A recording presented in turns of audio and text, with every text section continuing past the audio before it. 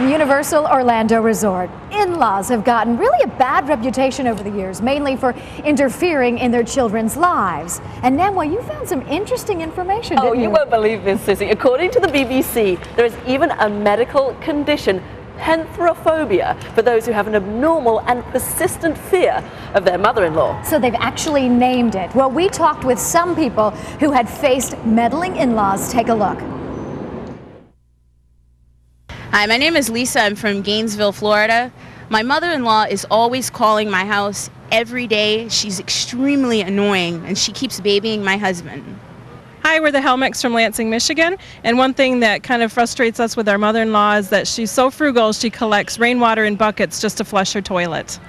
Oh, well, Dr. Leslie Austin has some tips on how to deal with your in-laws and really create a healthy relationship. That's kind of the goal that we're all after. Right. Doctor, thanks for being with us today. My pleasure. I really think that this affects all of us. It sure does. In some varying degree, whether it may really truly hurt your relationship with maybe your spouse, or maybe it's just one of those days when you're going, if it's something even that little, you know? Right. I think it's very important for people to realize that these are very sticky situations. They need to be handled well, and you can be really powerful and contribute a lot to making your relationship with your in-laws good. They are your spouse's parents, after all. If they didn't create your spouse, you wouldn't be in your marriage. So they did something good sometime. Remember that they're people, not objects, not monsters. Not monster in-laws. Yeah. Right. And do you really think a lot has to do with the children? Once you bring a child into the relationship, then that's sort of when the parents, the grandparents, start feeling different feelings and voicing their concerns, whether it may be health issues or whatever. They spent all their time raising your spouse, and so they had a lot of control then. They have a lot of ideas about how to do that well. And sometimes it's hard for your in-laws to let go of control, and they want to tell you how to raise your kids. So there are ways that you can talk to them that are very helpful, very useful, and very simple. You want to talk about their behavior and not them as a person. You don't want to say, you're such a pain in the petunias, you're so miserable. You don't want to fight with them, make it worse. Right. Don't give them that ammunition to make you the bad guy. So what you really want to do is say, when you do this, it affects our kids this way. We really need you to not do that. Tell the truth kindly, but you can set boundaries if you're respectful with them, and even if you think they're heinous. To kind of hold a meeting and say, kind of, we need to talk. It's a good idea to hold a meeting because you want to have agreements with them. You don't want them, quote unquote, spoiling your kids, although I don't like that phrase, when you're not around, breaking all the rules you set. You want to have some kind of agreements with them. I like to talk about what I call the grandparent allowance. Make an agreement between you and your partner, and then make the agreement with the in-laws, the grandparents, that when we're not around, why don't you do these special things with our kids that are the secret good things that we wouldn't do. So you build a relationship with the grandparents and the kids that's special, that maybe breaks the rules a little bit.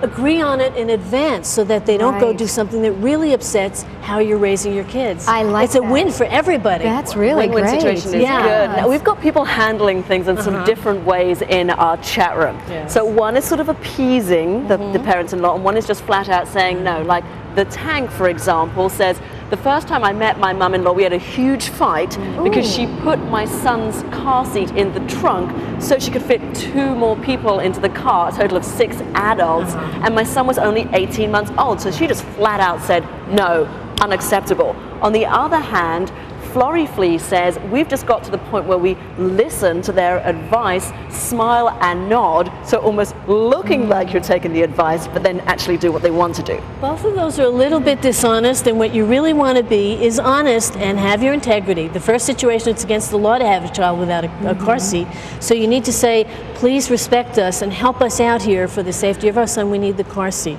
Not personal. Let's do something with the other adults. It isn't personal. It's about the behavior, not the person.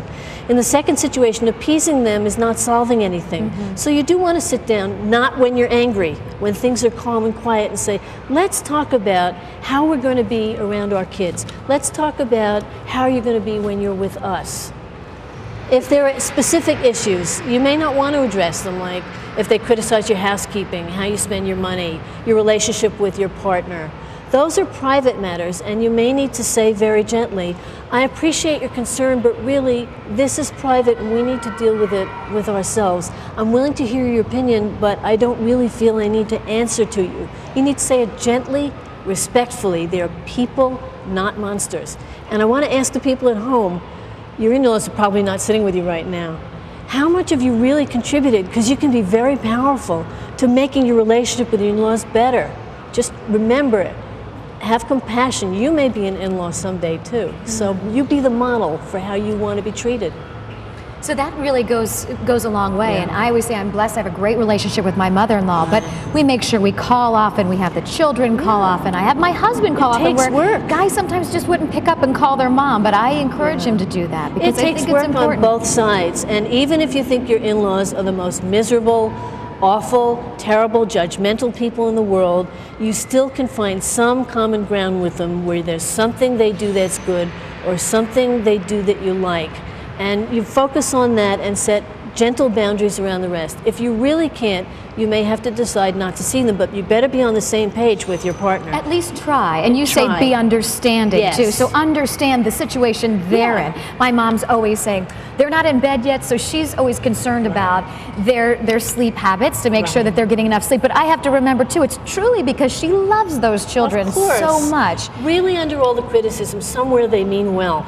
Sure. And you will mean well too when you want to tell your children's partner how to run things too. Right. Okay. Align with the partner, you say, is so Yes. important. You have to be on the same page before Very you do that. important. And then take the high road. Right, always. Always take the high road. That way you can't be divided from your partner.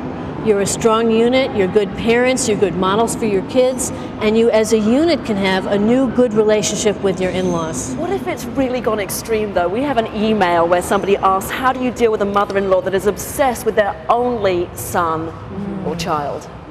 Here's the truth, and you never use the truth as a weapon. You always say it kindly and respectfully. What you say is, you've done a wonderful job raising your son, and now he's decided to put our marriage as a primary importance in his life. So let's you and I support him together. But you need to understand that our marriage is going to take first place in his life, but you're very important and we want you here. Lovely. That's the truth. Dr. Leslie Austin, we always appreciate when you're It's my here. You always pleasure. have Thank such you. great advice to help us Thank with you. these relationships. Thank you. Thank you. Thanks to our help too, for the folks in the chat room. We appreciate it. Thank you very much, Leslie. Wow, great advice. All right, well, people really appreciated this advice. Amusingly, a comment from our airborne wife here, who clearly is a military wife, and she says, meddling in-laws, we just move away from them.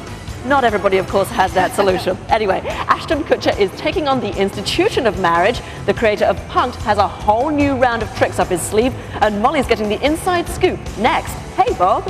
Hey, Namwa, and coming up later, real people are out here in the park dishing on their in-laws without saying a word. Stay tuned, you'll find out what I mean. You're watching iVillage Live.